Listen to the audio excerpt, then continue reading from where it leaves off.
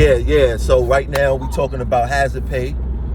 I'm with talking on the phone with my brother Kenny for another Car Chronicles thing, and he was bringing up some interesting points on hazard pay, and I want to share with you guys. So what you were saying about the whole hazard pay thing and the Taylor law and all that other stuff.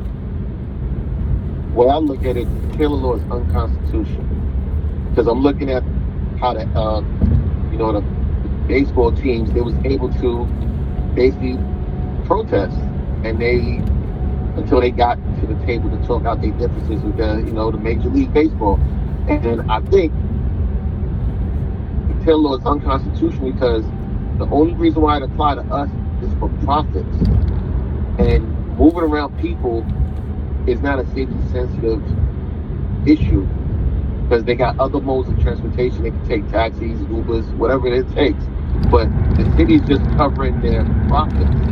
And we're not like fire, we're not like EMS. They need these people because these people are saving lives, protecting lives. We're not doing none of that.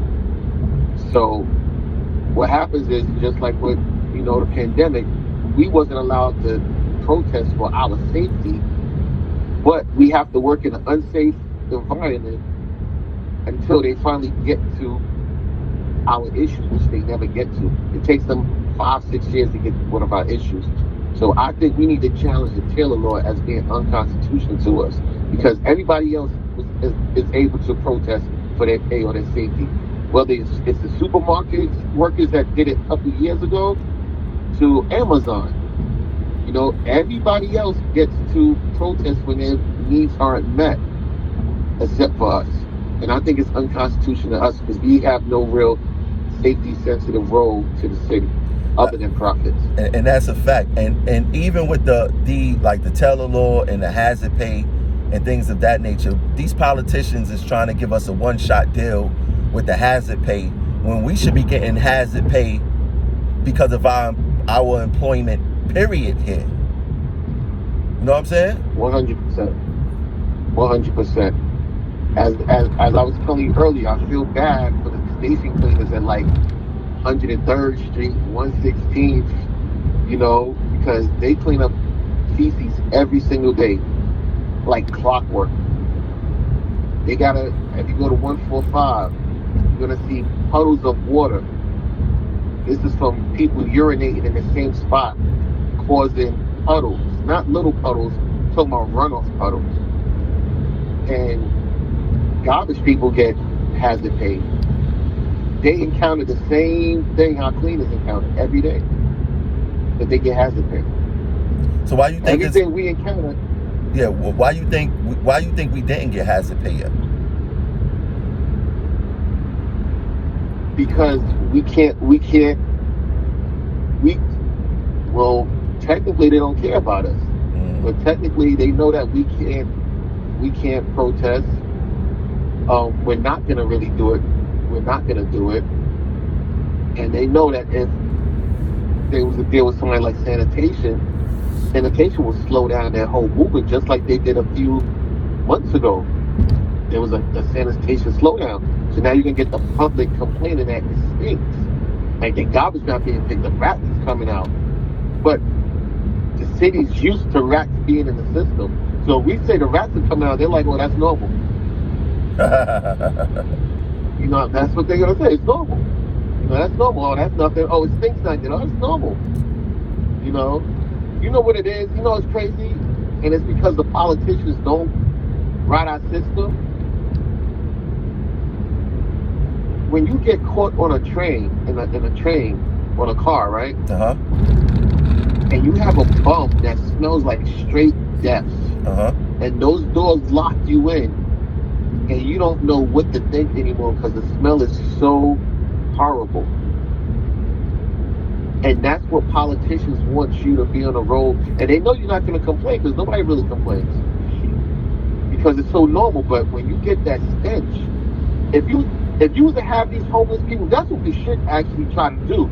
Get all these homeless people to sit inside of a hearing with all these politicians and see how they conduct their hearings with all these smelly homeless people. They won't. They won't be able to. And that's the thing. They should. How about this? They should be able to, because like all these First Amendment auditors, these people have a right to say so. And it might be unconstitutional not to allow them in because they stink. That's a fact. That is a fact. That is 100% a fact. See, the problem that we have as transit workers is that the people who make the decisions for us casually ride the system, if they ride the system at all, right? And that goes. That's funny. And that goes for the MTA CEO, everyone. They casually ride the system. So check it out. And I don't know if you noticed it, but I'm pretty sure you could bring it up because it was on the media. So I think it was. I don't know if it was it had to be the acting. I'm pretty sure it's the CEO or the what's the head of transit? Jano Lieberman? Jano Lieber? Yeah. All right. So there was an interview with him. I think he took. I'm pretty sure he took the Long Island Railroad in to Barclays, and then got on the train, right? So right when the mayor said he's gonna have police officers moving people off the trains, he made a statement to the news, and they was on the train, actually riding the train. He said for the first time in about 10 years, he finally seen a police officer at his train stop. Right? That's what he said. Look it up. Now that's concerning because he's been an executive for how long? And it takes now that he actually, first time in over 10 years, I've seen a police officer at my train station. Before that, he didn't care about it. Well, he said something else interesting. That I found strange was that the police is going to start doing something new as far as they're going to be on the platforms and riding the trains. So I'm like, if that's new, then what were they doing before? But check it out. It doesn't even matter if it was new or what they was doing before. It's that at his level at his executive level, he didn't make an issue of it. Well, you know why, right? He never made an issue of it. You know why, right? Nah, tell me.